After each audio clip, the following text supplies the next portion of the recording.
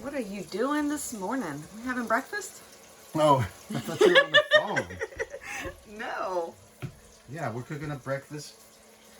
I already had to take a drone shot of this boundary, the river out there.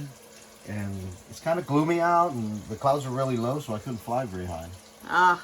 And there's a naval base next door, so we can't go flying all over the place because there's restrictions with flying. So I did that early, and now I'm back because I'm hungry, making some breakfast. Yum. We have crispy bacon for Sherry. She likes hers crispy, and now I'm doing my side of. I like my bacon soft. Hence, not cooked. No, cooked. Just not raw, not overcooked, not crispy. This is the good So I gotta kind. get the peppers out. So yeah, it is breakfast time. So I've already had my coffee. I have my French press. And a little hot water. So yep, had coffee. Look at them peppers. Let me see.